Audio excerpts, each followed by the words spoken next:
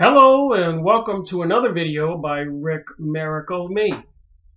In my series Freemasonry and Satanism, I have a new book to review. Series number 145,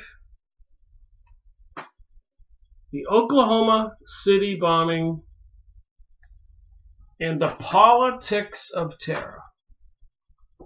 Lordy, I've gone over a lot of books, and I'm starting to see, actually I started to see the pattern a long time ago, but I'm starting to see even a more clearer pattern of the players involved in President John Kennedy's assassination, 9/11, false flags, World War I, World War II, even the Civil War, legislation, Patriot Act, plans for a new age and a new world order. Who, what, and why? Those are the questions. What are we going to do?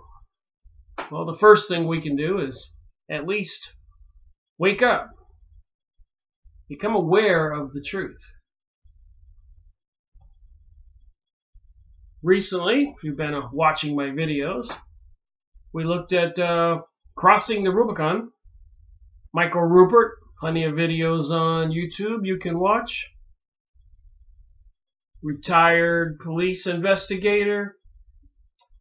Exposes a lot of things. CIA involvement in narcotics, politics behind the scenes.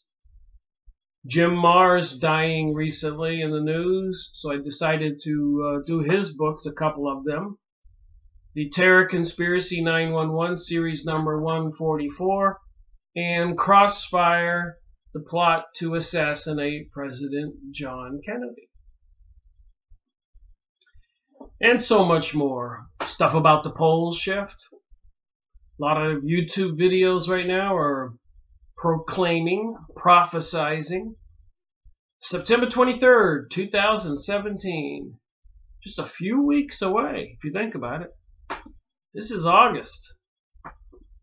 And apparently, August 21st is a total eclipse between the Earth and the Sun slides the moon. A lot of people are prophesizing some doom there too. And they're prophesizing collapsing of the stock market, economic doom. So things are happening. And I think a lot of these events in the past were preparations for the big event. Armageddon. Some kind of catalytic event to bring about this new age and new world order. And basically the aristocrats, the elites, will enslave the people that are left alive. They do want to depopulate the planet.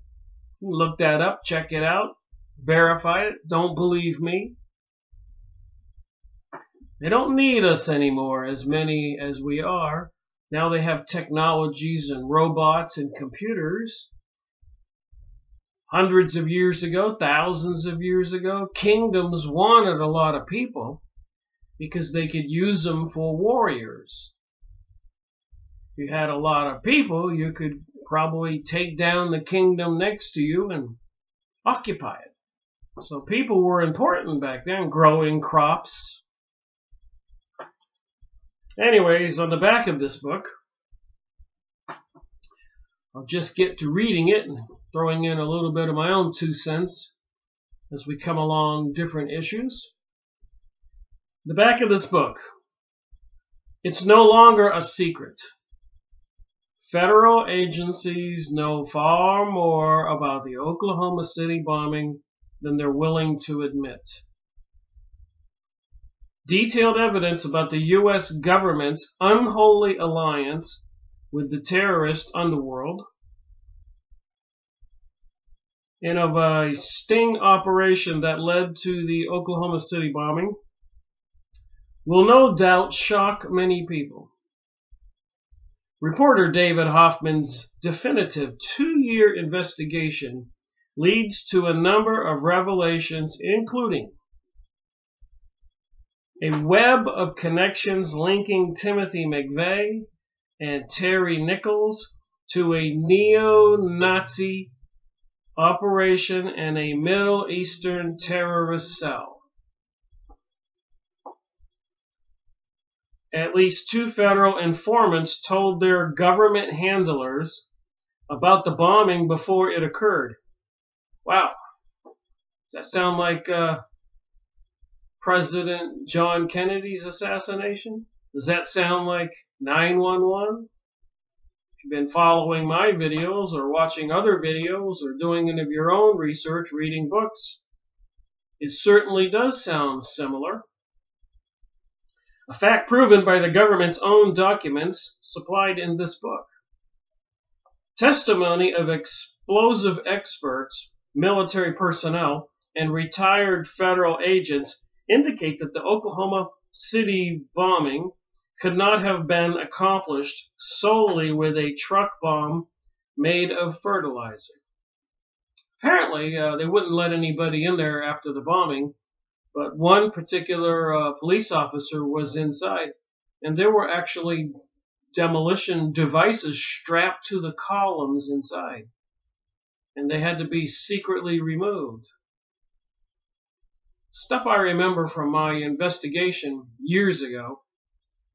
I started reading this book a few years ago, just getting around to doing a series on these different books that expose all these plans and events, false flags, to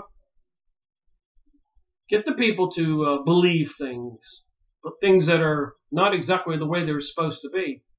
But you have to change the minds of the people to bring about this new age and new world order. It's all politics, it's money, it's power. Oklahoma State Representative Charles Key, K-E-Y, the primary force behind a grand jury formed to uncover vital aspects of the bombing concealed in the trials of McVeigh and Nichols, provided the foreword of this book. How the American people were betrayed by their own law enforcement agencies, either through gross ineptitude and corruption, would be lost to history were it not for David Hoffman's The Oklahoma City Bombing and the Politics of Terror. Another thing here, a truly incredible read. Michael Levine, the most highly decorated DEA agent in the history of the agency, and bestseller author of Deep Cover and The Big White Lie. Guess I'll try to get those books. So I did read, like I said, I've been reading this book for years, a couple years. Pick it up and make it through a couple days and move on to something else.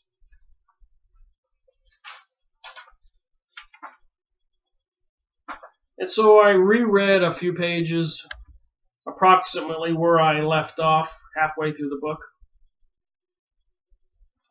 And I will be picking up the book and continuing through it and making a part 2 eventually.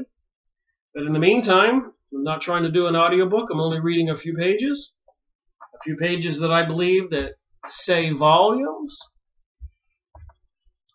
So starting out on page 115, and I did read all these. I got all my tabs there. Back then when I was doing that, I wasn't highlighting. I highlight now so I know the words I want to read and the words I do not want to read.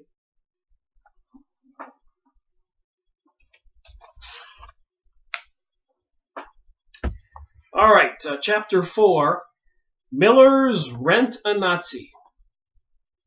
Miller's, M-I-L-L-A-R. I don't think that's exactly how I'm used to seeing the name Miller. I think it's M-I-L-L-E-R. Rent a Nazi. We all know what a Nazi is. Okay. Authorities have postulated that McVeigh's obsession with Waco and Nichols' hatred of the federal government were the driving forces that led them to bomb the federal building. Their alleged association with militias and other paramilitary groups, authorities claimed, was the key influence that guided them along their sinister path to their final vicious act of revenge. Well, just that one first paragraph tells us a lot. Paramilitary groups. So there's obviously something much more involved here than a couple guys trying to blow up a building because they're crazy. A lot of other players, apparently even including the government, FBI, CIA, KKK, Ku Klux Klans, and other religious organizations. So again, why did they do it? And Oklahoma City building had FBI or CIA offices inside, all kinds of records of investigations. And what would they have to gain? How would that help any organization free America from the conspirators who have taken over our government back in 1913? Just another event where the Illuminati, the Rothschilds, and others involving President Woodrow Wilson created the Federal Reserve, which is not federal. It's not a federal bank. Just a nice name, like Federal Express is not a federal organization. And they crashed the system 8 or 9 times, fleecing all the money from we the people. Just saying, there's more involved here. And as I read this Miller's Rent a Nazi, a few pages from this chapter, it should become quite obvious to anybody that there's more here than 2 guys taking down a building. These numerous pseudo-experts are theorized that McVeigh himself, inspired by the Turner Diaries, written by the former physics professor William Pierce. In this fictional account of the white race warriors' overthrow of the Zionist occupational government, Zog, the heroes demolished the FBI building in Washington, D.C. with a fertilizer bomb at precisely 9 a.m. So here are the players. Would be the Zionist-occupied government, the people who do seem to control the USA, as Prime Minister Sharon of Israel said in a heated argument in his Congress that you can look up. Please don't believe me. Don't worry about the USA. We control the USA, and the Americans know it. So that's one player. And the other player are these white race warriors, which I believe are all these organizations like the Ku Klux Klans, Freemasonry organizations, and all the other secret societies. And if you look into the Albert Pike's Morals and Dogma and the other Freemasonry Blue Lodge handbooks and everything, there are suggestions that this is a Zionist, Communist, Illuminati, Kabbalist, mysticism group, secret societies involving King Solomon's Temple in the Middle East.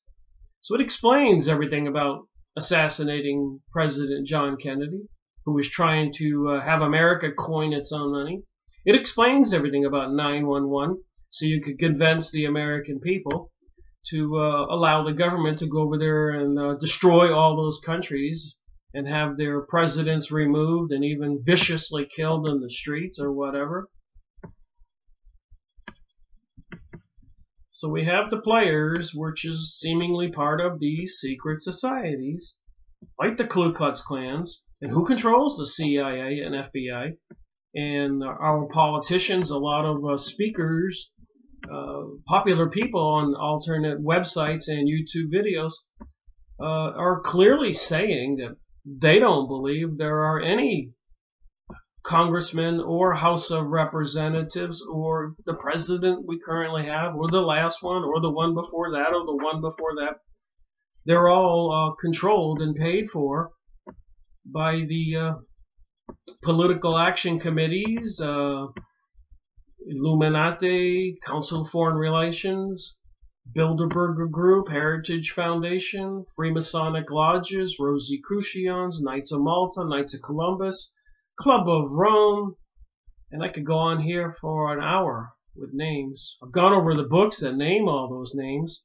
Go watch my video, Beware of the Rainbow by Constance Coolby, and so many other books I've gone over. These people control our world, and a lot of people a lot smarter than I am and a lot more popular than I am, sit there and saying they don't know of hardly anyone in Congress or the House of Representatives. And apparently even they're talking about President Donald Trump now is owned by the Zionists, by the people he has chosen. That's a lot to say, I know. Regrettably, it seems like it's true. But I think a lot of good people are still in our military, are still in the CIA, are still in the FBI. And there must be some good politicians. There's got to be. It can't be that bad. Anyways, the idea for bombing the federal facility is hardly new. In the mid-1970s, Oklahoma resident Harwas Moore was convicted of planting an incendiary device outside both the federal courthouse and the Alfred P. Murray building, a case coincidentally defended by Stephen Jones. So apparently this Stephen Jones is also the one who defended McVeigh, Timothy McVeigh. Isn't that interesting? And apparently it's the same building that was blown up.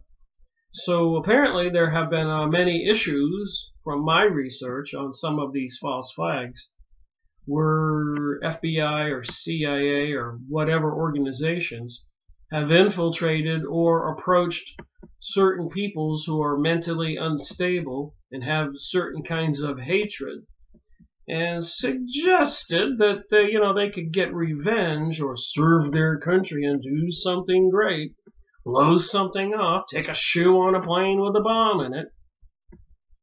And these mentally unstable people or mind-controlled people do it and wind up being the dupes or stooges or scapegoat when the event is over.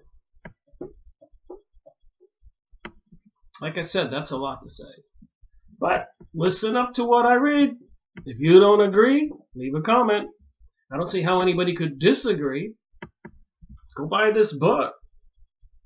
I've been amazed.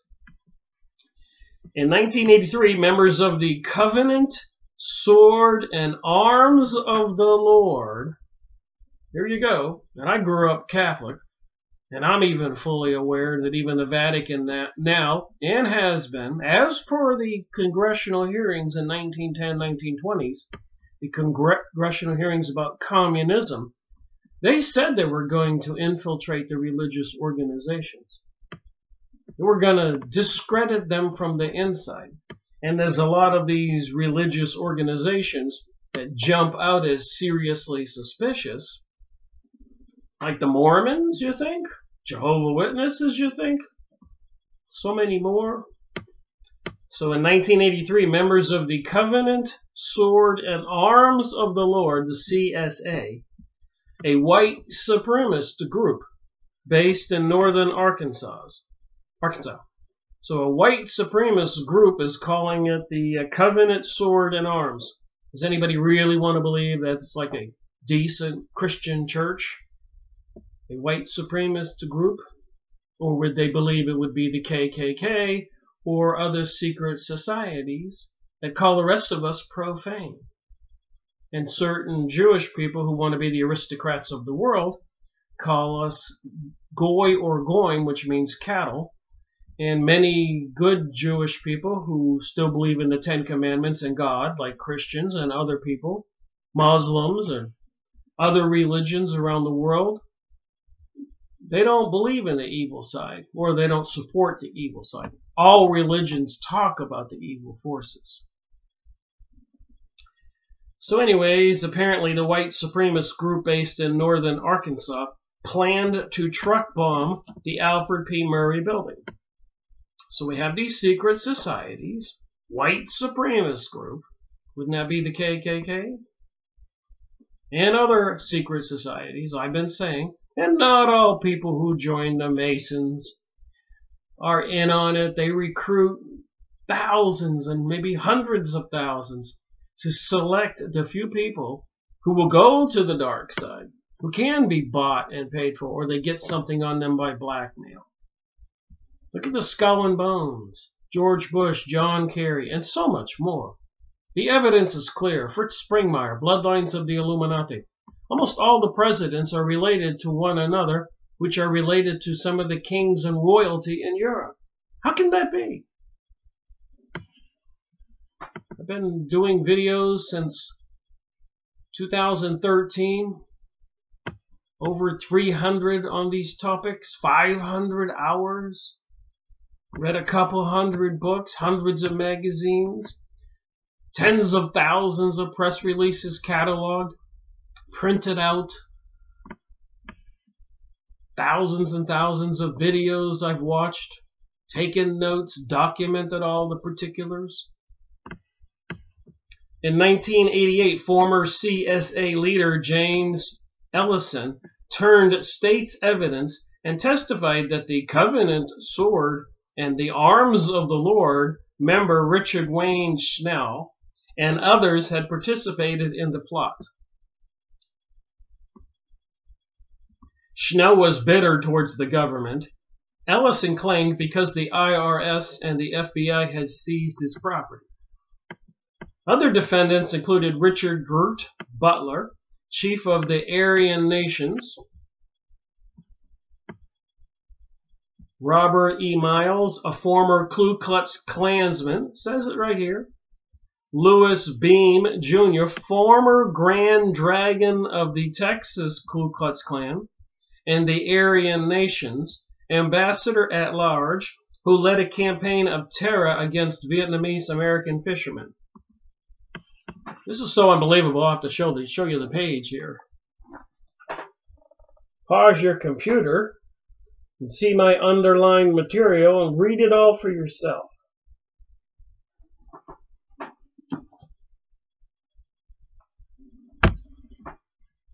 So you think it was just a couple mentally unstable people who hated the government?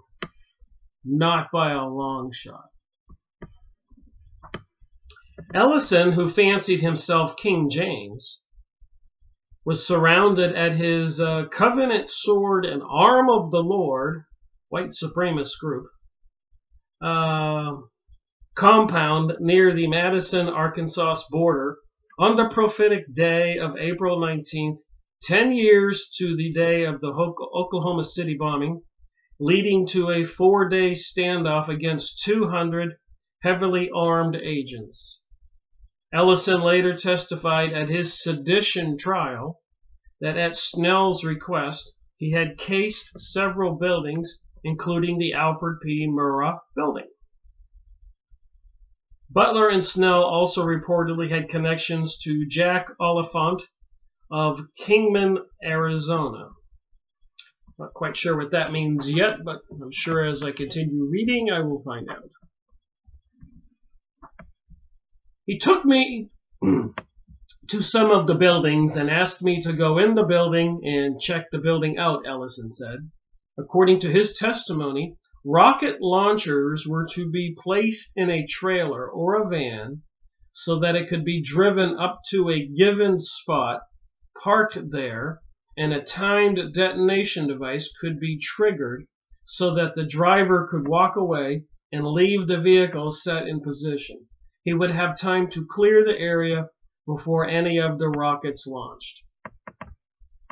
So we can clearly say here that, generally speaking, we the people, the population out there, most of us, 99%, are not involved in stuff like this.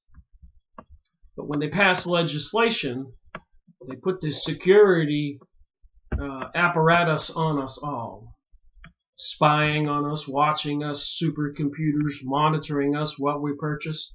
So a lot of this stuff seems like pre-political planning, creating these events for some future New World Order, Hunger Games movie type reality.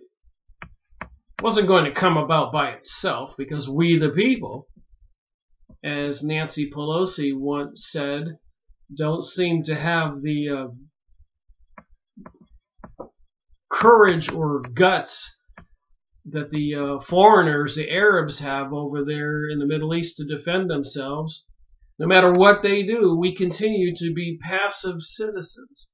And that's kind of ticking off some of these elites in government who are trying to rile us up for the Hegelian dialectic to get the Republicans mad at the Democrats and the Democrats mad at the Republicans and the straights mad at the gays and the gays upset with the straights and the religious against the non-religious, the young against the old, the Americans against the Arabs, the Americans against the Mexicans, the Americans against the Russians against the Americans, the Chinese against the Americans, and so many more, anywhere they can find it,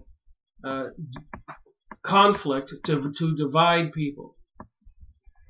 There is no doubt that's what's taking place. That's part of the age-old tactic of warfare, divide and conquer. Have the people kill each other, and you stand there as the winner.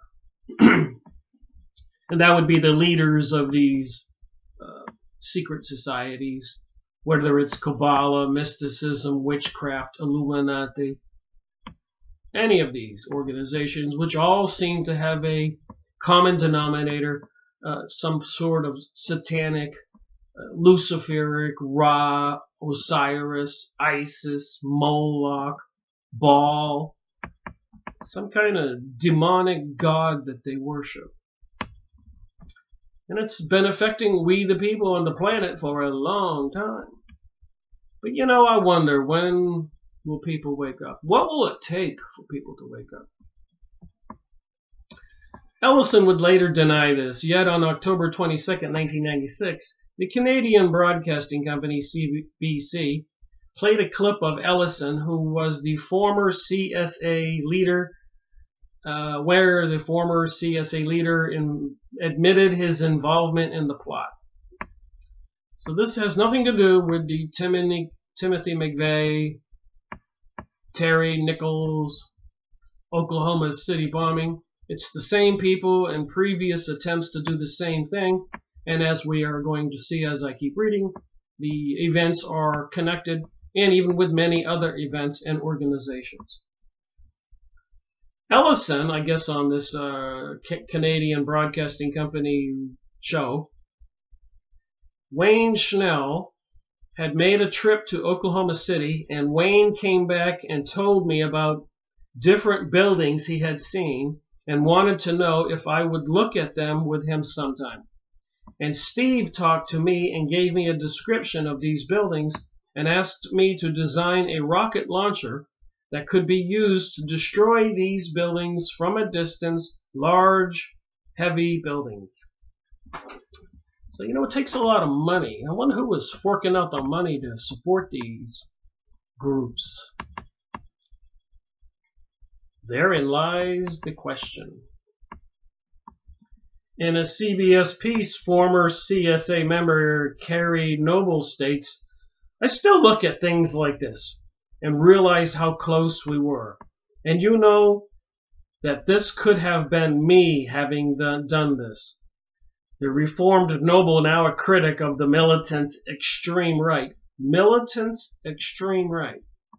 spoke openly about the plot with CBS's Trish Wood. Noble says, it was one of the targets we had talked about at the CSA. That would be the Covenant of the Sword and Arm of the Lord.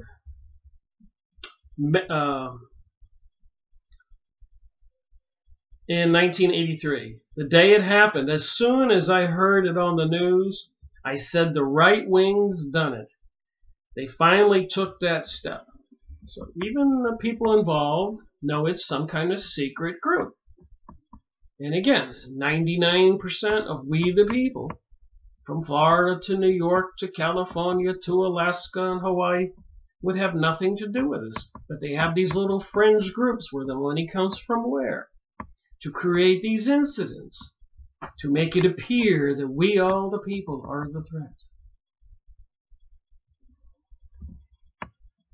Just saying, somebody's trying to plan something big, and if we, the people, refuse to participate, they can't do it.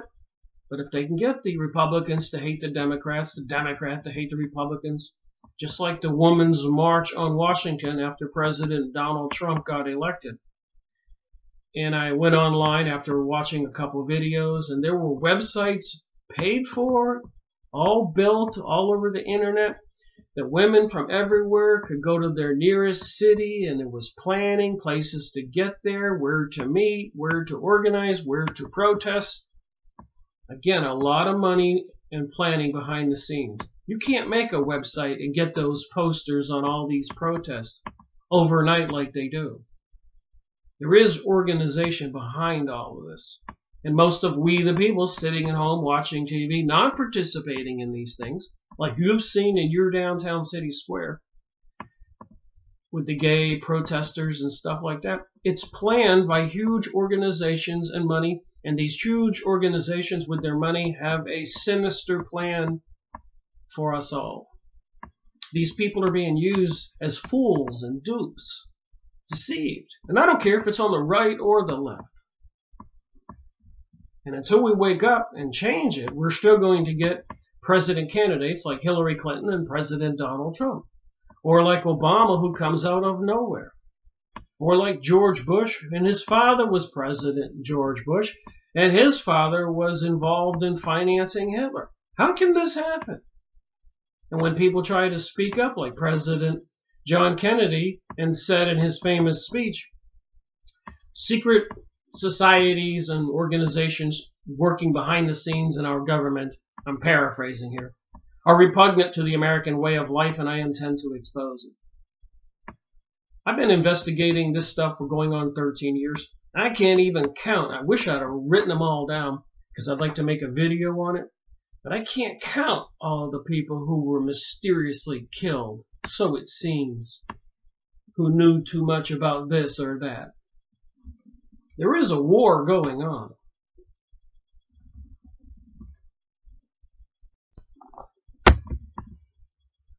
All right, continuing on.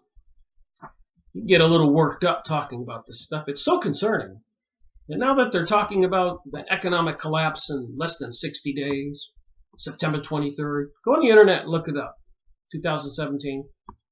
A lot of other these well-known people are saying that the pole shift is about to happen. You can look up in the sky and see planet Nibiru, planet X, and so much more. Gloom and doom. And it's, it's a little irritating because you have to know that it does affect the minds of we the people. It affects our reality. It's a lot of it's distraction. They're over there bombing those Syrians to smithereens. They have plans for a greater Israel. And so much more going on in the world. And a lot of us are just not aware of the real stuff going on in the world. The planned gloom and doom for our destruction. Anyways, back to this book. Noble explained that the Murray Building was a target because it was a low security complex that housed many different federal agencies. So the governments are blowing up their own buildings, the people who control the government, and in this case, housing many different federal agencies with all those files, all those records, investigations into crime and control of the USA. Of course they had to be destroyed. Even in Building 7 in 911, of course those records had to be destroyed. And so much more. All these false flags, shootings, bombings, 911, World War I, World War II. Of course they had to be orchestrated. Even Albert Pike in 1880s general for the war between the North and the South, and the leader of the southern jurisdictions of the Freemasons, who wrote Morals and Dogma, wrote a letter to his friend in Italy, Mr. Mazzini, about the 3 world wars that would be required to bring about the New World Order. And this is the New Age, and apparently it is related to what's in the Bible about some kind of Antichrist. And do you think I really want to say that or come to that conclusion? If it weren't for the fact that I've been my 13th year, and I've read all those books and watched all those videos and paid attention to the press releases and activities going on, and all the satanic rituals and statues and symbols, you'd have a hard time convincing me what I just said is true. He said the plotters thought it would be have more effect on the country than if you did a building, say, in New York City or something. So I think there's a lot of deception in some of the things that people say in these reports here. Because we know what they did in New York City, 911. We know that something blew a hole in the side of the Pentagon. Strangely enough, no engine parts, people's body parts, no plane parts, no wheels, no nothing. How could that stuff disintegrate to nothing? Too many clues, but so many people are just willing to turn the TV off and go do something else than think about it, apparently. So Wood said, do you think, and I know this is a guess, that Schnell and Ellison told Reverend Robert Millar, this guy's going to come into a question on what I read quite often in the next few pages, about the early plans to blow up the Murray Building in Oklahoma City. Noble says, I think that probably Miller knew that something major was going to happen. Now, whether he knew the exact details, chances are he probably did not, because he would not want to know specific details at first, but I think he knew something major was going to happen. So this is crazy here. We'll get back to what I said here. The players, the covenant, sword, and arm of the Lord.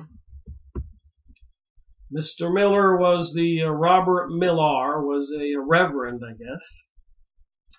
And Ellison later settled in Elohim City at the behest of this Reverend Miller of the covenant, sword, and arm of the Lord.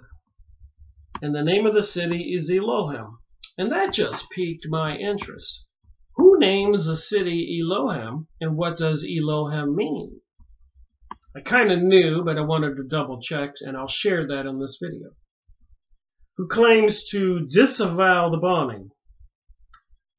So apparently we see that that's not true. They've been involved in all these events and paid by somebody, and they're part of secret societies. If I knew something like that was taking place then or today, he says, said the Christian identity minister. Christian identity minister, and the name of the city is Elohim, and the group's name is Covenant, Sword, and Arm of the Lord. So I'm going to show you that it's not a Christian identity ministry. So he says, I'd do anything I could to prevent, and if necessary, call in the government agents to help stop it. So my interest was piqued, and I wanted to know what Elohim meant. Are you ready for this? I looked it up in the Encyclopedia Judaica. I have all 16 of these. Big, thick books with lots of valuable information. I'll be making videos on this material as long as I am around and able to do so, I think. So I looked up the names of God in the Encyclopedia Judaica. This is the name of the city. They're in out west in Oklahoma, with the Covenant and Sword of the Lord ministry, supposed to have a Christian identity. right? What the book said. Eloha, Elohim, the word Eloha, God, and its plural Elohim, is apparently a lengthened form of El, Arabic, the singular Eloha of a relatively rare occurrence in the Bible outside of Job, where it is found about 40 times. It is very seldom used in reference to a pagan god, and then only in the late period. And it has a lot of Dan 11:7, 37, 11 Chronicles 32:15. In all the other cases, it refers to the God of Israel. I couldn't believe it when I was reading this. Deuteronomy 32:15, Psalms 50:22, 139:19, Proverbs 30-5, Job 3-4, 23. The plural form of Elohim is used not only of pagan gods, but also of an individual pagan god, and even of a goddess.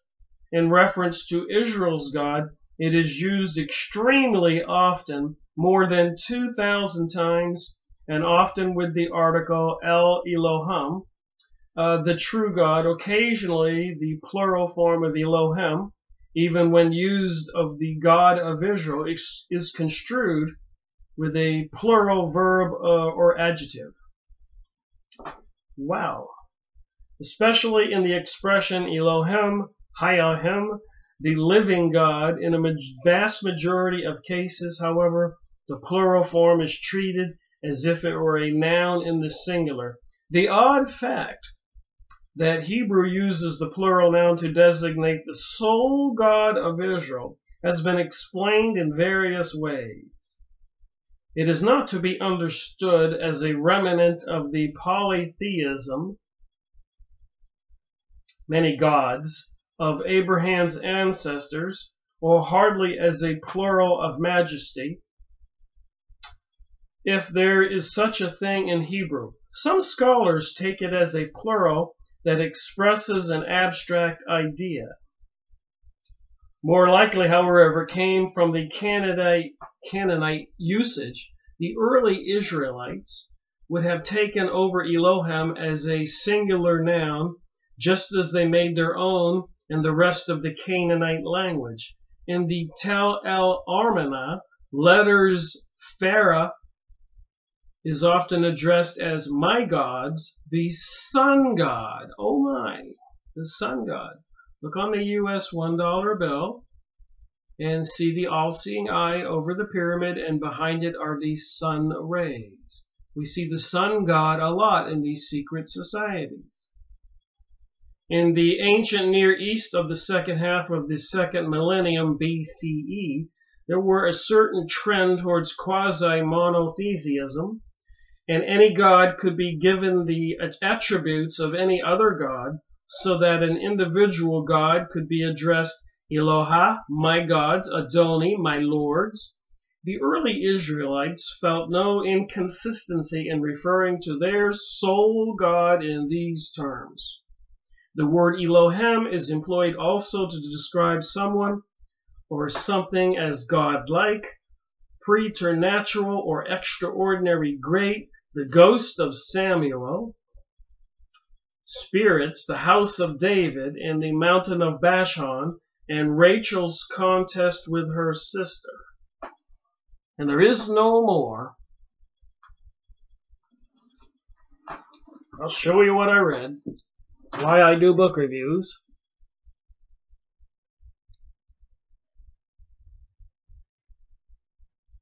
Pause your computer if you want to read it. Right where my finger was there.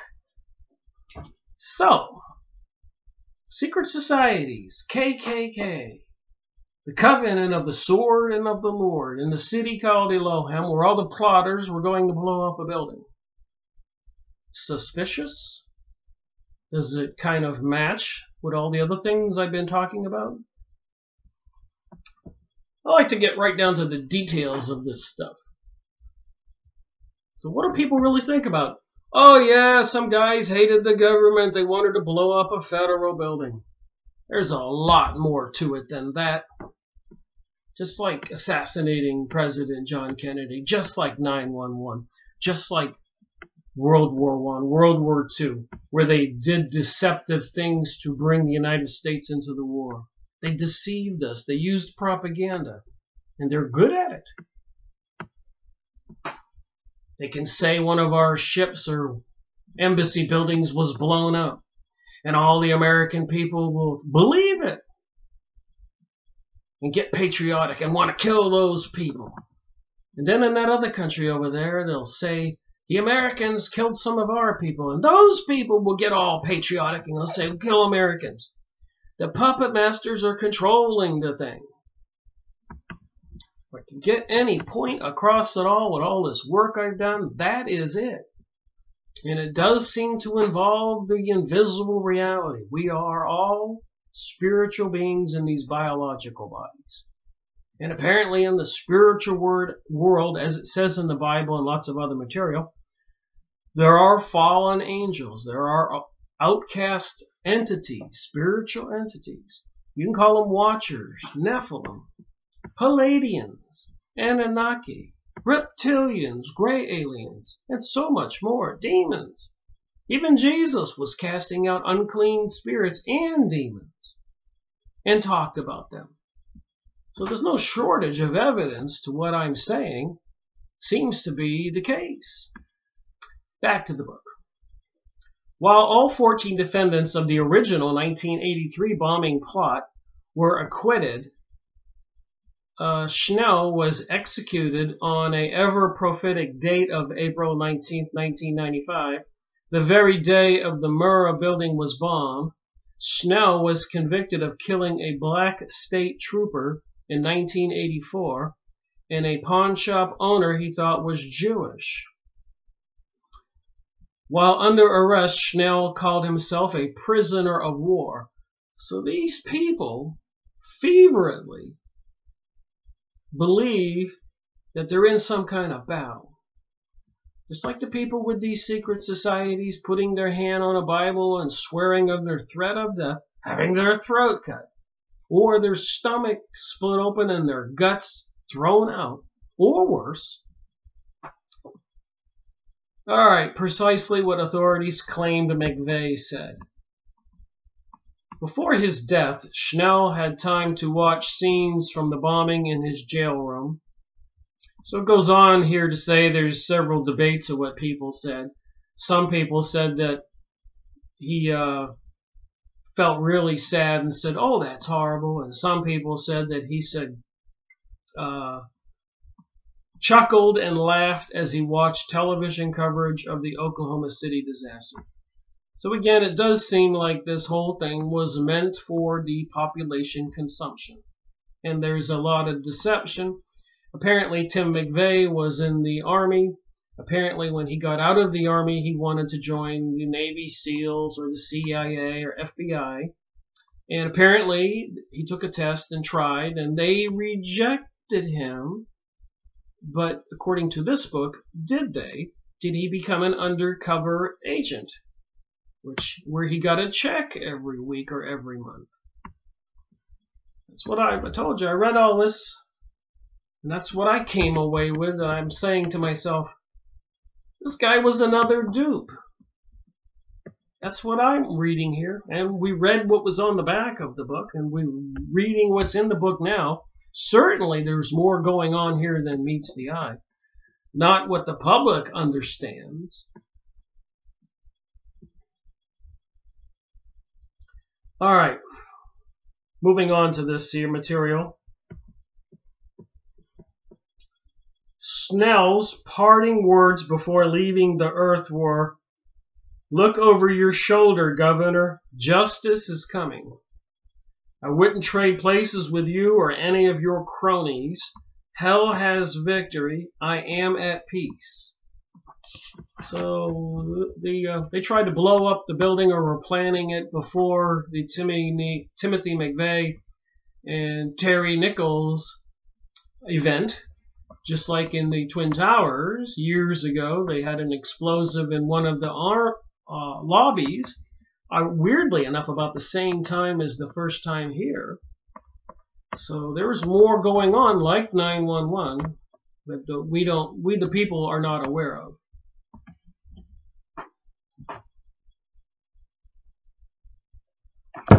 Sometimes I gotta slow down when I start speaking and making mistakes, because it can wear you out. So anyways, are those the ravings of a man about to be executed? Or are they the comments of a man with a plan? So here he is on the day he's going to be executed, and he says, "Look over your shoulder, Governor, justice is coming." So is that a man that's a lunatic, or does he believe in some kind of secret society and organizations? What do you think? I think a man with a plan. I think a man who is taking the satisfaction, taking, that his death may mean something after all, and that it may be the catalyst that puts somebody over the line to do what he himself didn't get the chance to do. All right, there's a lot more here. A similar bomb plot surfaced a year after the Oklahoma City bombing, when Richard Ray Lampley, 65, and his wife Cecilia and friend John Bard were convicted of a plot to bomb the ADL office in Houston. The Southern Poverty Law Center, the SPLC in Montgomery, and various gay bars and abortion clinics. Well, that would incite hatred and feelings amongst we the people. Claiming they're going to bomb various gay bars would rile up the gay people. And saying, including that with abortion clinics, would rile up all those people. And the Southern Poverty Law Center, which apparently is not a good organization, it would get those people a lot of support. And the ADL office in Houston, Lampley made his intentions known at one of Dennis Mahon's war meetings. WA War, it's the name of an organization.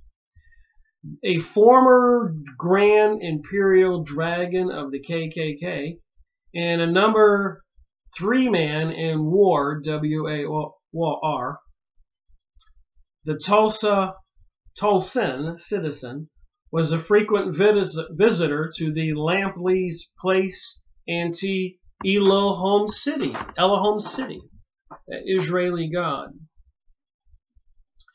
A self-proclaimed prophet of God, Lampley claims he was entrapped by Richard Shrum, an FBI informant. Shrum was sent by the Bureau to infiltrate the Oklahoma white supremacist compound, and when he found nothing illegal there, he infiltrated Lampley's group instead.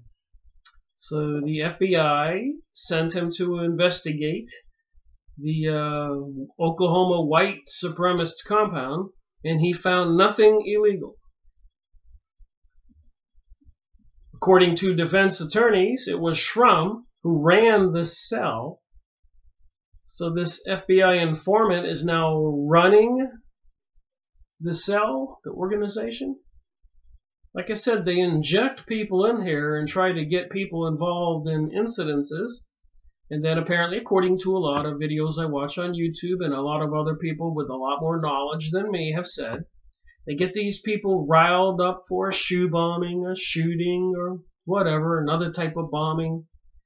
And then they all get arrested, caught with their pants down, and the government takes the glory, and yet again proving that we the people are the threat.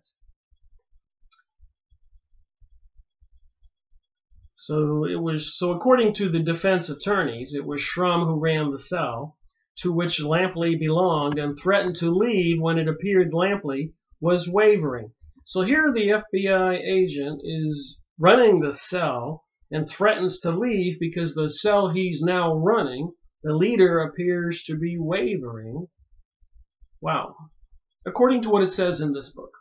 But there's a lot more evidence. I'm not going to say to believe everything you read here.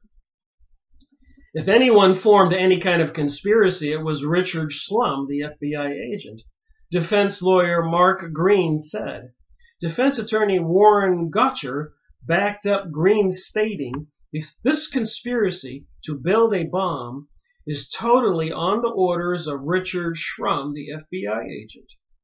Shrum told Lampley that he had a brother in the Special Forces at Fort Bragg, North Carolina, who would provide logistic support when the New World Order invasion came. Remember, the name of this series is Freemasonry and Satanism. Apparently, these secret societies are involved with some kind of cult religion. It seems to worship some kind of demonic beings, and they pretty much infiltrated large portions of our society. Although I tend to believe there are still some good people out there. The ship may not be sunk yet. The bomb, a mixture of homemade C4, was supposed to be tested at Elohim City. Whatever the reality of that case, it provides a unique insight into the characters and players of the white supremacist community of the southeastern Oklahoma, a community that drew to it like a magnet some of the key players of the Oklahoma City bombing conspiracy. So maybe there was an environment out there in the Midwest. Maybe there are a lot of people who have woken up and realized that the Federal Reserve is not federal and they control our politicians like they brag they do, like Woodrow Wilson. And they faked information to get us into World War I, World War II. And maybe some of these people got involved, maybe with some orchestrated money behind the scenes, obviously with the FBI and other types of people infiltrating these organizations. I don't believe in violence, but I believe in something they don't want us to believe in. I believe that God is real. Spiritual world does exist. We can talk to God. We can organize ourselves together. We can vote. We can do lots of things. We can write letters. Violence will only serve the evil people's organizations and entities, the ones that are probably not human. They thrive on violence. That gives them a good excuse to destroy us. That's why they create the false violence, so they can destroy us and say that we or some of us did it. I hope this makes sense. Anyways, I'm reading from the book, page 118. Led by the 71-year-old Miller, this would be the Reverend Miller in Elohim City, the Israeli God, that's the name. And it says right here, Hebrew for City of God. I gotta show you. I don't want anybody to believe me. Right where my finger is.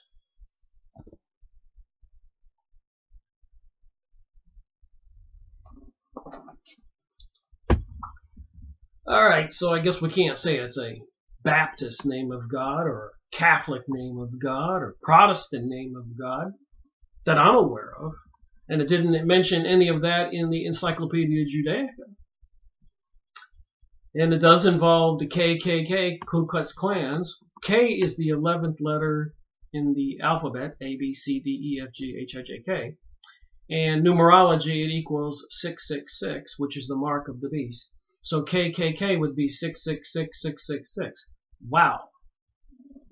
You think they named it the KKK by accident, or were they using the 666 identification? And how many people would pick up on that? Alright, so the Elohim City, Hebrew for City of God, is a 1,100-acre Christian identity compound in Muldrow, Oklahoma, founded in 1973 by the Canadian-born Mennonite.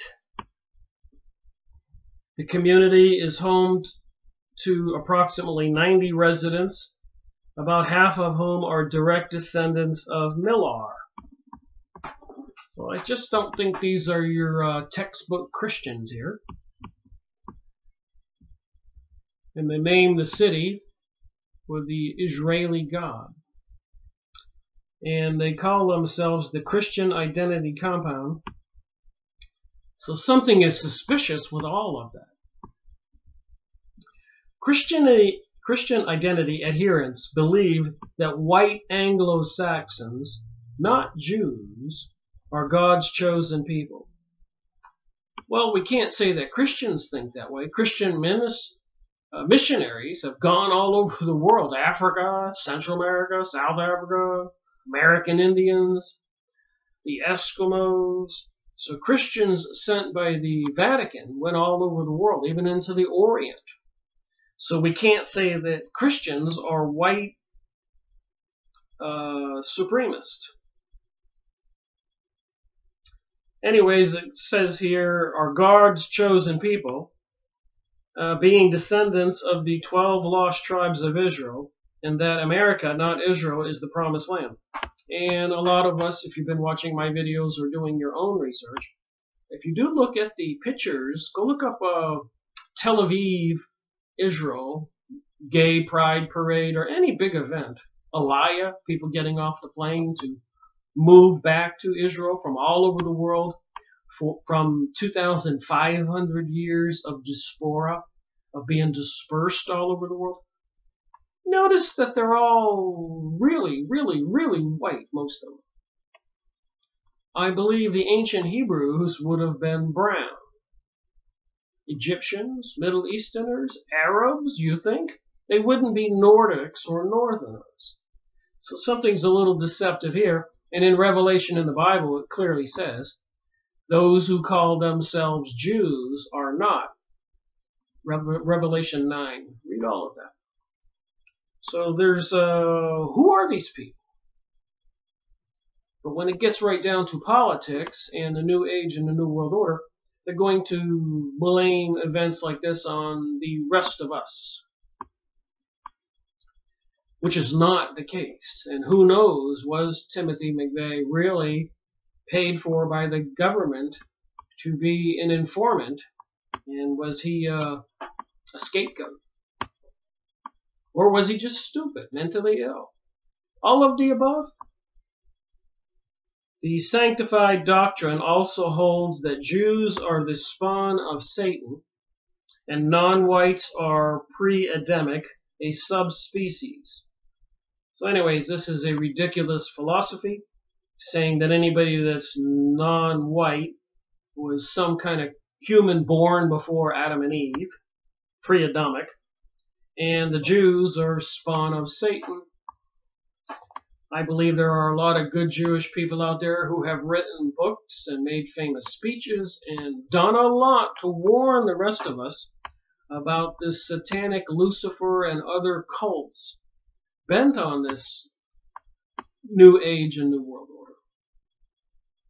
Only whites are the true sovereign citizens of the Republic, and all others are the 14th Amendment citizens, the creation of the illegitimate Zog.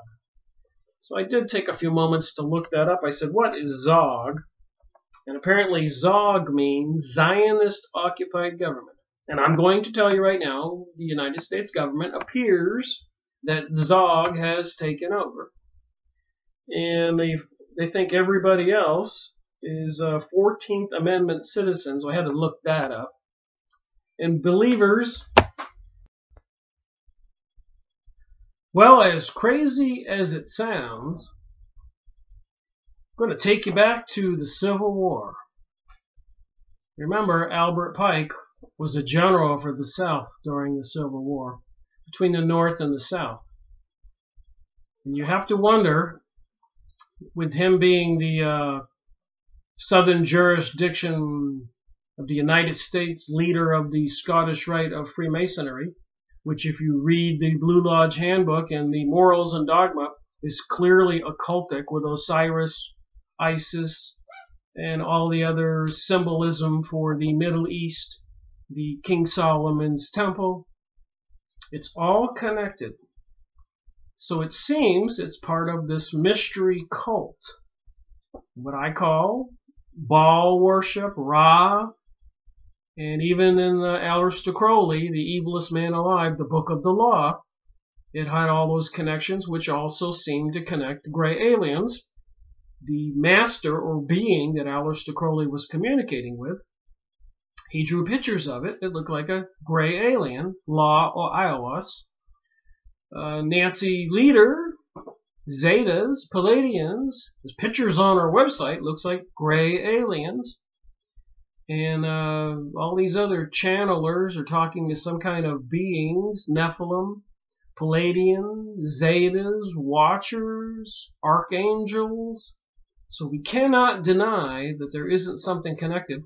And we cannot deny that this whole battle has been going on quite a while in preparations, as Albert Pike wrote about in the 1880s, that 3 world wars would be required. So I wanted to, when the book mentioned the rest of the people, not God's chosen people, but the rest of us are 14th Amendment citizens, I scratched my head and I said, what's that mean?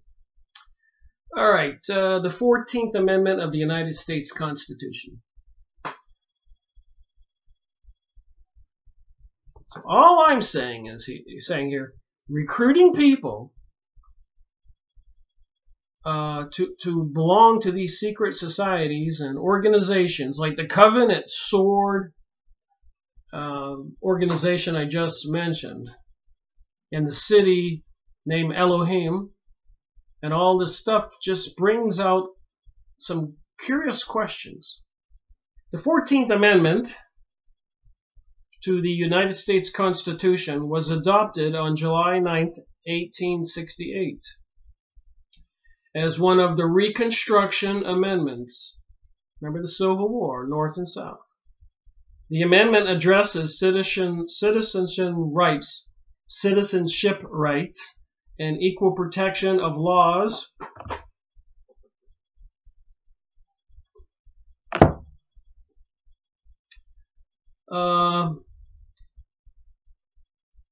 and was proposed in response to issues related to former slaves following the American Civil War. The amendment was bitterly contested, particularly by the states of the defeated Confederacy, which were forced to ratify it in order to regain representation in Congress. Pardon my reading. You can go look this up on Wikipedia. So apparently it's a pretty big thing, even back then, and not that long ago. I think that's what surprised me.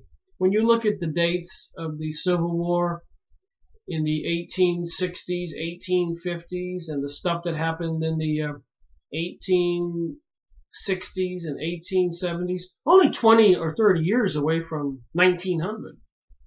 And the things that happened in the USA in the early 1900s, like 1913, with the Illuminati, which are the Zionist Jewish people and secret societies, and the communists, took over the USA money supply, which was nothing new in our history. They were already having battles about that. So there has been a control issue since the United States was created, and prior to the 100 years of the Federal Reserve controlling the USA money, apparently over there in Germany and Europe during the 1800s, after they controlled our money during the 1900s. But during the 1800s, they were doing the same thing in Germany and European countries, causing revolutions and all this disharmony that we've been experiencing. And again, it boils back to the Illuminati, Zionist Jews, people who think they are aristocrats or God's chosen people. And it's affecting everything, and apparently including the Oklahoma City building bombing by the names of the groups. and the names of the cities and the programs that they were believing. The white supremacy. So when it does also, I believe, when it gets down into the lower levels of the pyramid, there's a lot of deception. These people in these groups are being deceived also. Had a bug land on me right here. Had to stop and pause the computer. But I did read this thing about the 14th Amendment, and apparently it involves a lot of issues. Even in 1954, 1973, regarding abortion, Bush versus Gore 2000, regarding the 2000 presidential election, Hobenfeld and Hodges 2015 regarding same-sex marriage. You can't make this up. Where my finger is. So my point is, and there's 31 pages here, I printed out 16, and I read stuff here like on page 2. All persons born or naturalized in the United States and subject to the jurisdiction thereof are citizens of the United States and of the state wherein they reside. No state shall make or enforce any law which shall abridge the privileges or immunities of citizens of the United States, nor shall any state deprive any person of life, liberty, and property without due process of law, nor deny to any person within its jurisdiction the equal protection of laws. And if anybody's been paying attention, legislation like the Patriot Act and other legislation seems to allow the government to do whatever they want to anyone. A lot of suspicious legislation and bills passed. And I think it's related to these false flag events. It says here on the top of page 119, believers of this odd mix of theology not only believe that the end times are near, but that a great Messiah will arise to lead these holy warriors in a terrible final battle against the evil Zog, the Zionist-occupied government. Those who monitor right-wing extremist groups, says Millar, is probably the most influential Christian identity leader in the Great Plains, as Miller explains it. So as I've said before, obviously something to do with the New Age and New World Order, the Civil War, World War I, World War II, 9/11, and all this craziness going on now. You don't have to be a genius to connect the dots here. It says here, we are opposed to the government's misuse of tax money. We are opposed to some of the actions of government. We are not anti-government. Our people are all self-employed and we all pay taxes. We are racist, Reverend Miller says, but we aren't anti-Semitic. I think it's better for races and cultures to have relationships within their own ethnic group. This doesn't mean isolation, but it means separation. So there's obviously some higher thought here than just some crazy nut blowing up an Oklahoma City building. Yet the group does maintain connections to white supremacist and neo-Nazi organizations, including WAR, W-A-R, it's an organization, and the somewhat defunct CSA, Covenant, Sword, and what was the name of that? Covenant, Sword, and Arm of the Lord organization. And the violent but largely disbanded order. The Christian Identity adherents also formed alliances with Richard Butler, Christian Identity minister, and head of the Aryan Nations in Hayden Lake, Idaho. The Hayden Lake compound served as a nexus for white supremacist groups from all over the country, including the KKK, Posse Comitatus, William Pierce's National Alliance, and Robert Matthews' Order. It was Matthews' group, inspired by Pierce's Turner Diaries, that went on to commit a string of bank robberies, counterfeiting, bombings, and murder throughout the mid and northwest of 1980s. And I said before, and I think this is important to say again,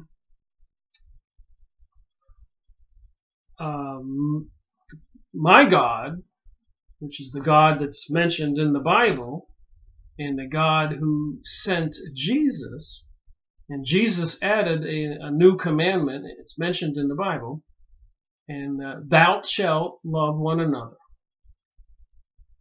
But the sixth commandment clearly says, thou shalt not kill. So it can't be Christian organizations behind these secret societies. So we're dealing with a religion and a God that does allow killing and using other people for whatever advantages you can. You killing them, stealing from them, raping them, everything. Versus the God of the Ten Commandments of the Bible, who sent Jesus. And even in other, just so people don't think I'm getting too religious here, I did take a comparative religion course in community college taught by an Iranian teacher.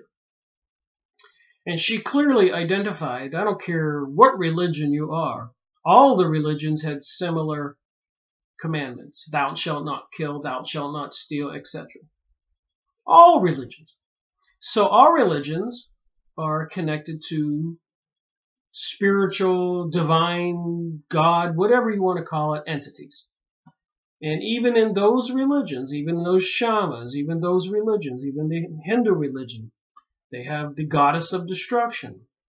And so there are entities who can turn away from God and, I guess, get other people to believe in the opposite philosophy, which is called Satanism and Luciferianism. You can call it the teachings of Ra. You can call it the Baal worship, where they were trying to put up the archway of Baal in New York and London. Later on, I found out through UNESCO they were trying to put up 1,000 of these. They put a gigantic goat on the Hoover Dam, the goddess of destruction Shiva on the Empire State Building. And after the Supreme Court passed legislation denying states to interfere with gay marriage, in essence, approving gay marriage, the Capitol, even the White House, and buildings all across the United States, that night or that day, had rainbow projections all over the buildings and bridges. If you know anything about logistics, planning to get something done, it takes time. You can't even plan a birthday party in 2 minutes. You got to go to the store, you got to order the cake or whatever. But this stuff was all prearranged. So what I'm trying to say is there's premeditation behind all this stuff. The Oklahoma City bombing, the effect it has on the public, we the people. 9/11, pre-planned, the effect it has on the public. The catalyst to destroy all those countries in the Middle East, where the peoples of the world would not be in an uproar. The false flag events that were blamed on the Germans to kick off World War I and World War II, the betrayals involved, the Civil War, the politics behind that, many different revolutions. So I'm saying there's nothing new under the sun on this particular issue of these events. And it does seem to involve planning and secret societies, and involving a lot of people who can be deceived or duped, and money will usually do that job very nicely. Yes? No? A lot of those people over there murdering and pillaging in the Middle East right now are paid mercenaries. They're not religious. And this is nothing new. So I'm saying we just need to admit what the truth is. I'm going to keep on reading here. Okay, so these one group here, Matthews' Order, Robert Matthews' Order, were robbing banks, getting money to further their secret society goals, amassing between 2 and 4 million from robberies and heist of armored cars. The group distributed the proceeds among the white supremacist movement. You don't think this was inside job planning? People who control our world, our government, the states, and lots. There are some good people out there still, but I know that a lot of good people who try to speak up usually get punished, and some of them get assassinated. They can get discredited, or they can be framed for some kind of crime, or set up, have them. A lot of people are kind of stupid when it regards to these issues.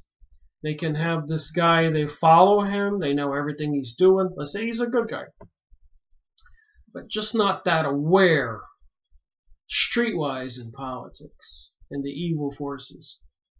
So here he is after work one day, stopping at a favorite place for a glass of wine, whatever.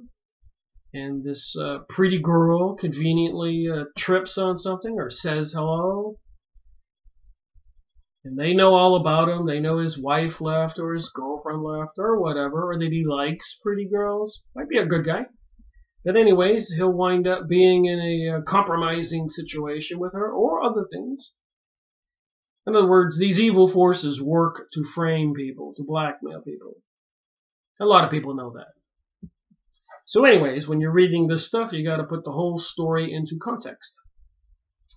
They also purchased land in northern Idaho for paramilitary training, but moved to northern Arkansas, linking up with the Covenant of the Sword and the Arm of the Lord group when they found the harsh climate in Idaho unsuitable for their purposes. So there are a lot of these organizations, progressives, liberals, and even probably some conservative ones, being paid for in the background, organizing to be opposition to these other groups. I guess my fly's not going to quit bothering me. The Order's exploits came to an end on November 84, when Matthews died in a shootout with police and federal agents on Whidbey Island off the coast of Washington. Its members who managed to escape fled across the country, integrating themselves into different white supremacist groups and went underground altogether. So apparently across our country are many white supremacist groups. I would not disagree with that. Like I keep saying, even after President Donald Trump was elected, they had the Women's March on Washington.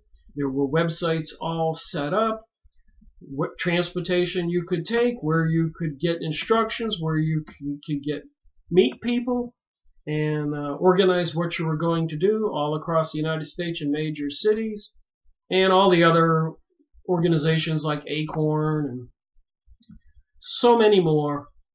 We have organizations on both sides, whether you call it the white supremacist groups or conservative organizations or liberal organizations. There are powers that be that control these organizations, like Freemasonry societies and other secret societies, which I've been saying all along. Robert Lee Gundry, Jr., son of the CIA employee, discharged from the Navy for painting a swastika. We see swastikas popping up nowadays, even in colleges. So there's a lot of this propaganda going on out there, which I keep saying. It does exist. We've got to recognize it for what it is.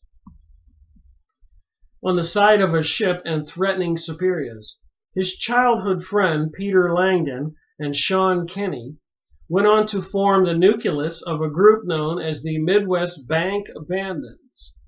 So some people is convincing these people to become bank bandits to save the country from these ZOG, Zionist-occupied governments, and it involves people from Iraq, Germany, CIA, FBI, and people with money paid to these people. They didn't get money out of nowhere. The group stole more than $250,000 from 22 banks in January 1994 and September 1995 in a spree that led them across Ohio, Wisconsin, Iowa, Nebraska, Kansas, and Missouri.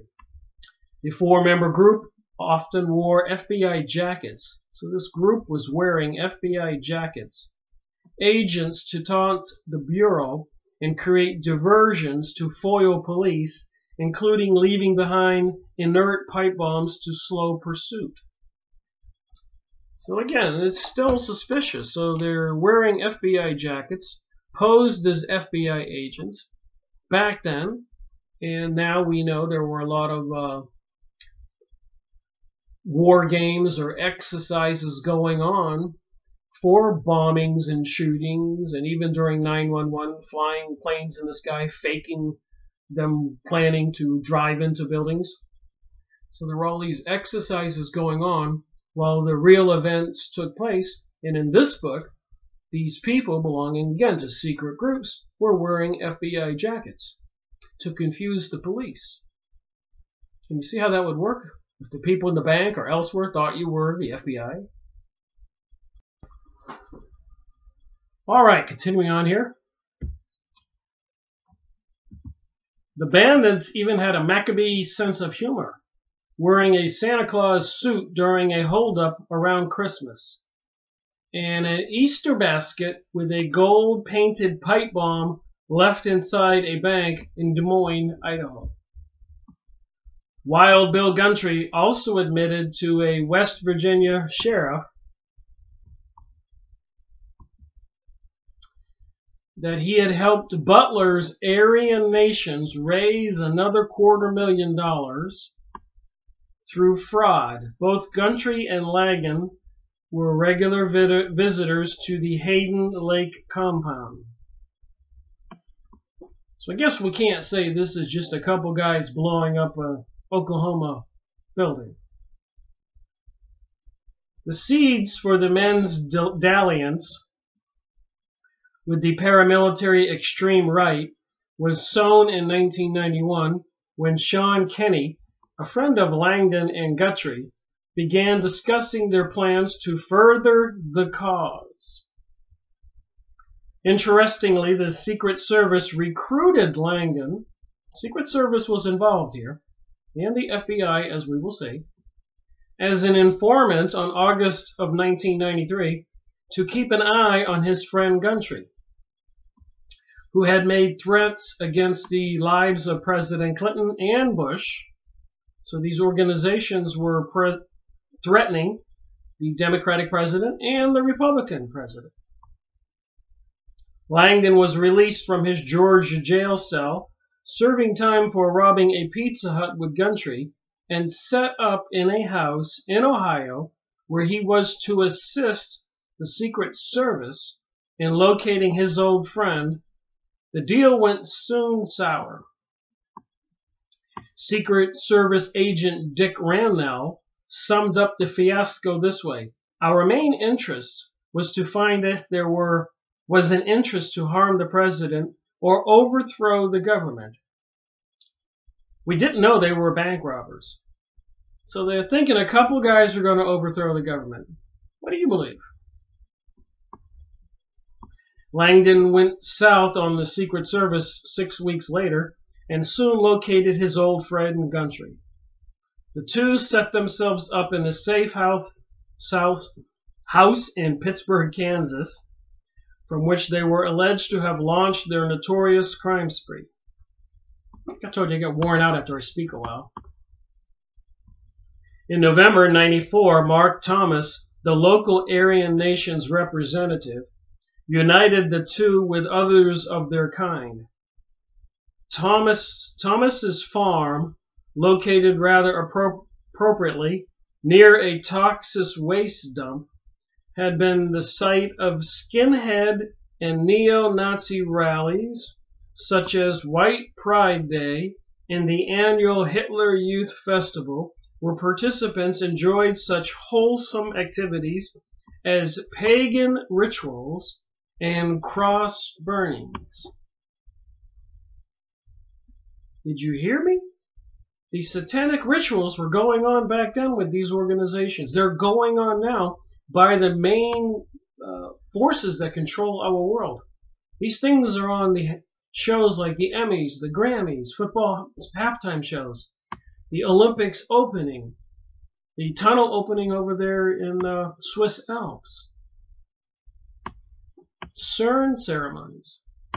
So it is orchestrated and controlled from way high up on the pyramid. Thomas introduced the pair to Pennsylvania native Scott Stedford, a rock musician and artist.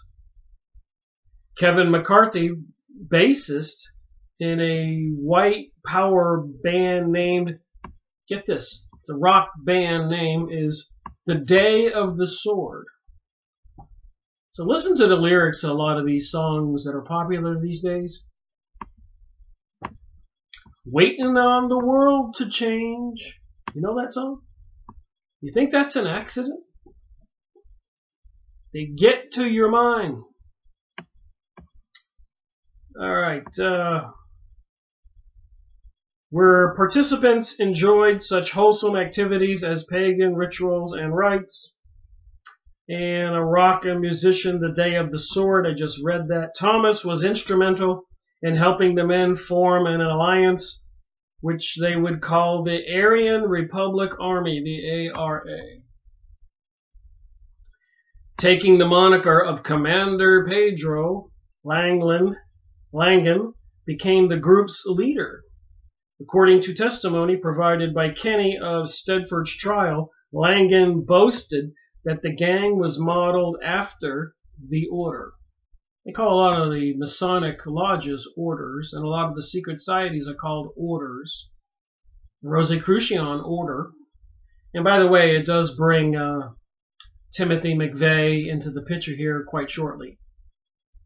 Learn from Bob Matthews. Langdon is heard saying on a homemade recruitment video, learn from his mistakes. Study your enemy. Study his methods. Can you see when they do pull off whatever they're going to pull off? They've got people in place all over this country. We, the people, won't even know that this is all planned. When they bring down the economic system, and then they bring their troops out of all these skinheads or white supremacy groups or the Day of the Sword and all these other secret society groups. That's what it seems like to me.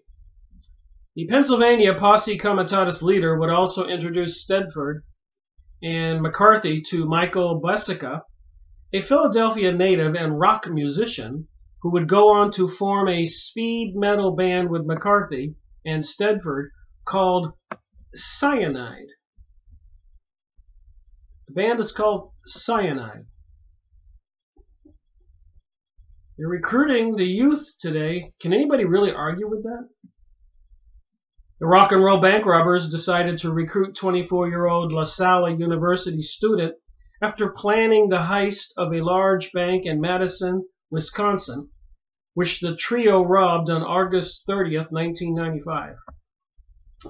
The three men came to know Grandpa Miller, Reverend Miller, we talked about earlier, at Elohim City. Elohim means the God of Israel. Courtesy of Thomas, and Bessica was soon engaged to Miller's granddaughter, Esther. Bessica wound up living at the reclusive compound for 2 years. It was there that he would meet his new roommate, Andre Karl Strasmeyer, the mysterious German who settled there in 1991. It was also at Elohim City that Bessica would meet Timothy McVeigh as ATF, alcohol, tobacco, informant Carol Hall recalled. Here's what the informant says.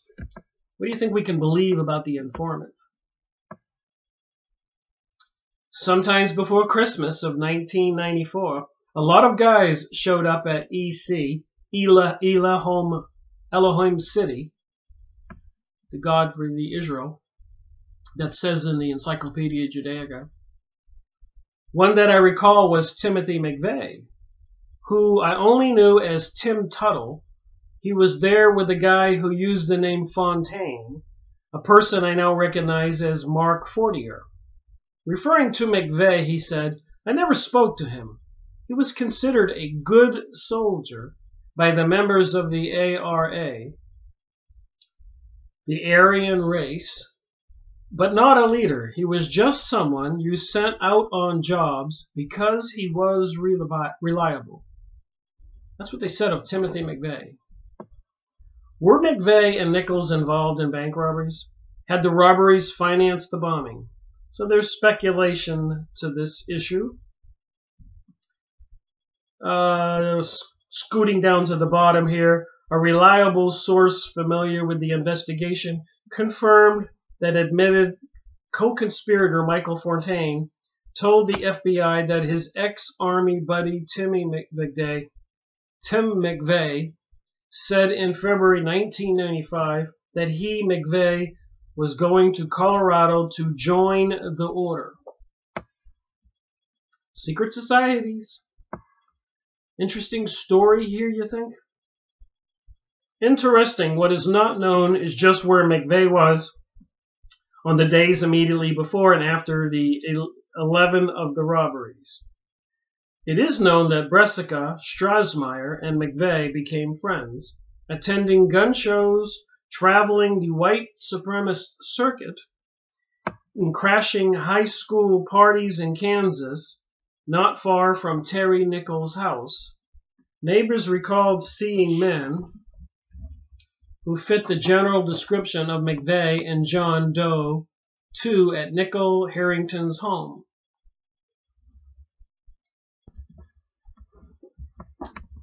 As you can see here, I'm only reading a couple pages, but the story does give us a lot of details. That there's something bigger going on here than we all know. That these secret societies, secret money, secret powers are the ones behind these cells, no matter what party you belong to, what fundamental religion you believe in. There are evil forces trying to stir up trouble, cause the chaos and anarchy. As George Bush Sr. said, out of chaos and anarchy will come the New World Order. So that's what I got from reading this book. It certainly seems to me that it's likely after McVeigh got out of the Army and he wanted to join the CIA, FBI, the SEALs, whatever, and he was rejected. It seems like he wasn't rejected. It seems like he was paid money so he could go on these adventures, infiltrate these groups, and get the job that he really wanted, to be in the Secret Service or whatever, but as an undercover agent. Anyways, that's what it seems like to me. It may be wrong, but that's what it seems like after reading as much as I've read of this book. All that. And I've mentioned it in previous videos. I started reading this book well over a year ago. Got many other books I've been reading. And I have a lot of books like this by well-known authors I'm going to read and share more videos on. And see if you can't see, like I can see, the common denominators. There is a hidden hand here.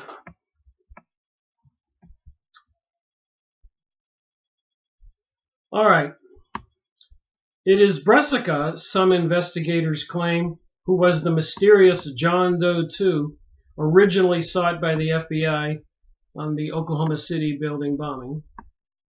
Bombing victim Glenn Wilburn, along with investigator J.D. Cash, learned of Bresica's relationship to Strassmeyer and McVeigh after talking to people at Elohim City and others in the white supremacist underground.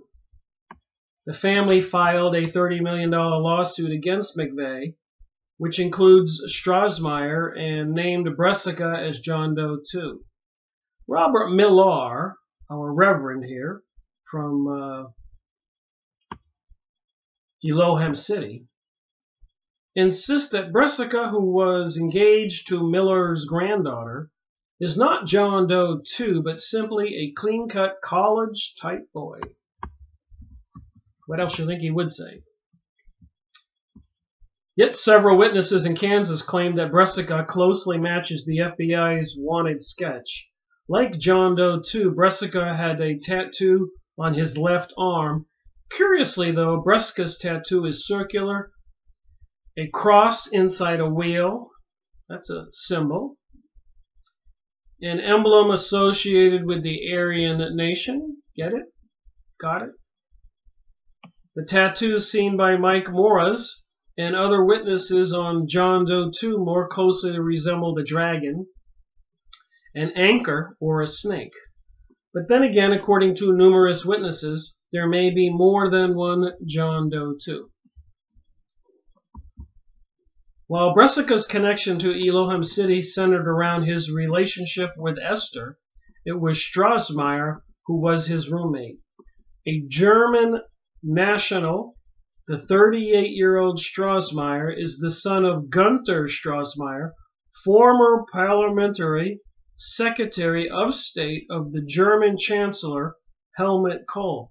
So this kid, his father, was highly placed in Germany. I shouldn't call him a kid at 38 years old. So were they part of some secret society infiltration stirring up the people here in America? Are they doing that in Europe and all over the world? It seems likely. Strossmayer's uncle is in the German parliament. He's got more family in German government. And his brother Alexandrus sits at the Berlin City Council. Like Langdon, Strossmayer's father was reportedly has connections with the CIA. Andreas served as the lieutenant of the German Panzer Grenades, so I guess it's some kind of German Panzer division, the equivalent of our special forces, had former military intelligence training, and did a stint as a liaison officer with the Welsh Guards. He told the London Sunday Telegraph that part of his work was to detect infiltration of Warsaw Pact agents, infiltration by Warsaw Pact agents, and then feed them disinformation. So we do have a lot of espionage going on here. And if we caught a guy, we'd offer him amnesty. We'd turn him and use him to feed false information back to the Warsaw Pact. While Strossmayer would not admit to it, it is reported that he is an agent for the German National Anti-Terrorist Police, the GSG-9. So who infiltrated these groups in the Midwest? Who spent money supplying them with weapons and training and everything? Wasn't homegrown, in my opinion. But that's my opinion. I'm reading these words and making an assessment with my mind. Besides the fact I've read a few books in 13 years. I'm aware of the secret societies and what they're plotting for the world. Andy the German, as he became known, arrived in the U.S. in May 1991 without being documented by the INS, the Immigration and Naturalization Service. That's strange. And lived on a credit card provided by sources unknown. You see what I'm saying? Somebody's got to pay these guys to play these games, to recruit people. He soon became Elohim City's director of security. According to Strossmayer, the German, his path crossed McVeigh's at a Tulsa gun show in April 1993. Strossmayer stopped by McVeigh's table and bought a few military souvenirs and discussed events at Waco. He then gave McVeigh his card bearing the inscription Elohim City. In an interview with Soldier of Fortune magazine, Strossmayer professed never to have heard of McVeigh, though he later recanted his story for the Telegraph. I met the guy once at a gun show, he said. We spoke for 5 minutes, that's all. What do you believe? It would seem the relationship goes deeper than that. Strossmayer reportedly met McVeigh again at the first anniversary of the Waco massacre in April 1994 that McVeigh visited Elohim City on at least 20 occasions. Moving on here, apparently, yet possibly the most revealing connection surfaced in the form of two phone calls, one placed by McVeigh from the Imperial Motel in Kingman, Arizona, to Strassmeyer, the German, on April 5th, just 2 weeks before the bombing, and minutes after McVeigh allegedly called Junction City to reserve a Ryder truck. It says allegedly. According to Miller's daughter-in-law, Joan, who answered the phone, the caller asked to speak to Andy. Andy wasn't in. McVeigh left a message saying, "Tell Andy I'll be coming through." Robert Miller, the Reverend of Elohim City spiritual leader, claimed ignorance of McVeigh or the phone call. He later recanted his story. For his part, Strassmeyer claims McVeigh never visited Elohim City. "I don't know why McVeigh was trying to contact me," he said. What do you think? It says here he visited the city 20 times. This German guy winds up being director of security. Cantina Lawson, who was close friends with McVeigh for 2 years, remember seeing Strassmeyer at the Junction City parties. "He was just someone you'd see every once in a while," said Lawson, who along with friends would meet and party with the soldiers from nearby Fort Riley. He was tall, skinny, and pale. So they're talking about Strassmeyer.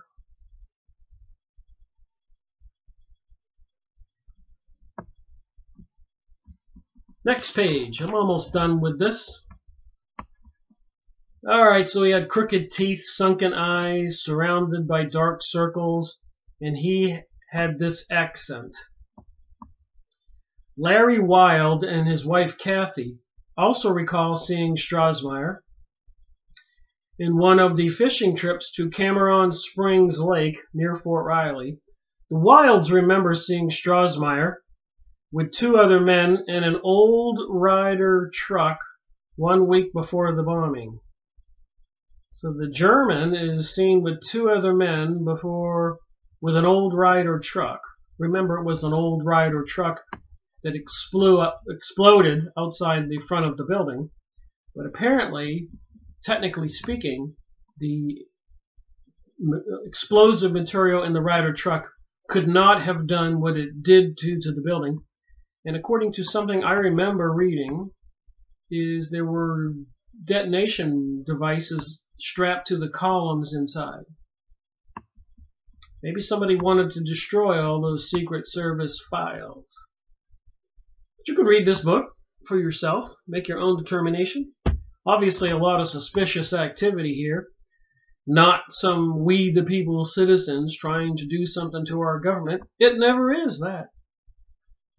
It always has some suspicious parts to these things. Even mind control, drugs, people seeing psychiatrists. Not people like the normal citizens that exist everywhere. We're all being deceived, beguiled, cheated, lied to. So anyways, just who were these 2 other men who they couldn't say? Wilde did recall speaking to Strassmeyer, though, and he said, "Your dialect is really different." So apparently he had a German accent. "Are you a soldier?" He said, "No." I said, "Do you work for the government?" And he just kind of laughed. Yet still more witnesses recall seeing 2 men together. At least 5 dancers recall seeing McVeigh, Nichols, Bresica, and Strassmeyer at Lake Govidia, a strip joint in Tulsa, which the men visited on April 8, 1995, In an interview with CBC's Trish Wood, the dancer, who wished to remain anonymous, were positive of Strossmayer and McVeigh's presence just days before the bombing. All right, how much more I have to go here? Just this page. All right, also present that night was an old faded Ryder truck seen by the bouncer. The truck appeared to be privately owned, adding further proof that at least 2 trucks were used in the bombing. It was this truck seen by witnesses at Geary State Park several days before authorities alleged that McVeigh rented his. J.D. Cash speculates that McVeigh flew to Fort Smith from his motel room in Kingman on April 7th to pick up the truck and meet his comrades. I thought that was weird that this person would use the name comrades. Then the men stopped by Tulsa on their way back to Kansas. If they stopped by Tulsa, maybe it was to check on the Indian Territory gun show. It might also have been to meet Dennis Mahon, the WAR, this is a group, W-A-R, official National Socialist Alliance. Here we go again, secret societies. Who pays for these? Like I said, 99% of we the people are not part of these secret societies, not part of the Illuminati, not part of the Zionist Jewish people control the banks and the money and so much of Earth's resources, plotting against mankind. We're the 99%, and we need to wake up. Go buy books like this. Read them. Make up your own mind. Talk to your friends. All right, so they stopped. The war official National Socialist Alliance, the NSA leader, and former KKK Imperial Grand Dragon traveled frequently to the reclusive compound where he kept a trailer to visit and fellowship and do target shooting and military maneuvers. Well, that just sounds wonderful. Fellowship, target shooting, and military maneuvers. KKK, the National Socialist Alliance. He said Mahon was close friends with Bresika and Strossmayer, both of whom he loved like brothers. In what may seem like an even more bizarre twist, Mahon claims he was funded by the Iraqis during the Gulf War. Like Order leader Robert Matthews, who was reportedly offered funding by the Syrians, Mahon received $100 a month for a total of $4,800 from the Iraqis to stir up opposition to the Bush UN-imposed sanctions. So who was actually hiring these people, asking them to stir up trouble? They can say they're with the Iraqis. They can say they're with the Syrians. You see, I'm a bit of a skeptic, because the Iraqis have been destroyed. The Syrians are being destroyed, probably already destroyed. And who stands to gain? Who's behind taking over the Federal Reserve in 1913? Who's behind getting the United States to be on the side of Britain in World War I when Britain was losing with the Balfour Agreement? Who's behind getting World War II started and the Americans into the war? Who's behind Greater Israel? Who's behind this new age? Who thinks that they are the aristocrats of the world and God's chosen people? And apparently in some kind of satanic worship with a God that allows or insists that you must be killing people. Believe it or not. It's a very demonic religion that we're dealing with. And it's in the books I've read. Go watch series number 23. Or my other videos, Bloody Zion, or so many others I made. So I have a suspicion the more books I keep reading and the more videos I keep making, we're just going to review the same information no matter what author did the research. they're going to uncover the same culprits. Although it is pretty vast and it includes a lot of secret societies into these different cults. Mahon, operator of Dial a Racist hotline, also produced several videotapes which he distributed to public access stations expressing his dissenting view on U.S. policy. So they give us Bush. Everybody hated Bush. That's why they got Obama in. And then after 8 years of Obama, everybody hated Obama and the Democrats. That's how they got Donald Trump in. You think they're playing us like a tennis ball? Boing, boing, boing. And we keep just playing the game with our head going back and forth. You think we're ever going to wake up? I wonder sometimes. Mahon started receiving Iraqi funds shortly after he began holding anti-war rallies.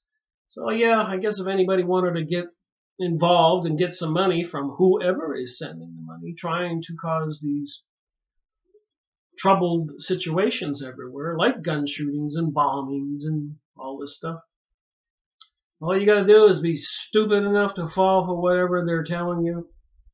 And in many cases, it could be the secret services themselves setting people up, which seems to have happened quite a bit, according to YouTube videos and other documents and books. I've got the books. We'll go over the books. I got books even called Propaganda.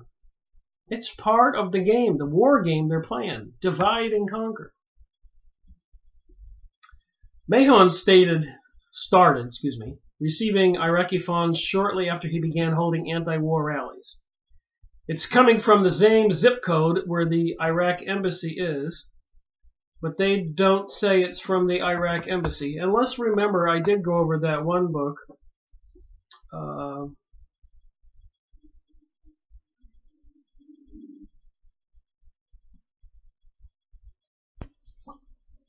had to go find the book. By Way of Deception, the making and unmaking of a Mossad officer. Mossad, of course, is the secret service over there in Israel. And they talk a lot. This officer who wrote this book and left Mossad tells all. And he describes things like this that these Israeli secret service agents do. And many others. This is a lot of information about this stuff being planned using fools and dupes. So I'm almost finished with this video. And that was series number 127, if you want to go see what I've done so far. And a lot of these books I've made videos on, I've only have part 1. I will be revisiting them, many of them, and making part 2, or maybe some part 3. Like I said, I'm determined to accumulate enough information so that I'm very firm in what I believe. That we, the people, are in trouble. A new age and a new world order is planned, and it's not going to be good for us. And they plan on depopulating the planet.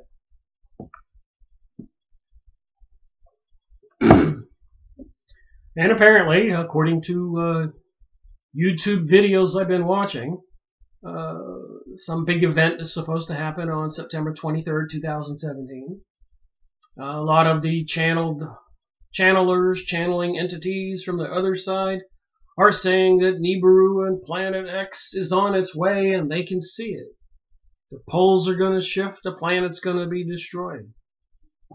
Some people are predicting the economic destruction. An alignment from the astrological signs. You can go on YouTube and see this.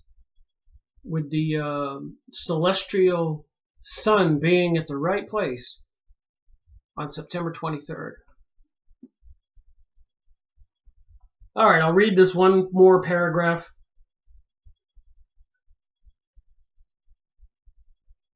In the 70s, we had people whose job it was to show up at every sort of left-wing rally. Yet it would Yet why would Iraqis give money to an avowed white supremacist like Mahon? Hatred of the Jews, says Steinberg. Steinberg says there's hatred of the Jews? That's suspicious. Some low-level person at the embassy gives it out to these guys, and you'd be surprised at who they give it to. They're not that bright. Don't believe it. It's by way of deception. There are organized entities at the top of the pyramid planning the chaos and anarchy.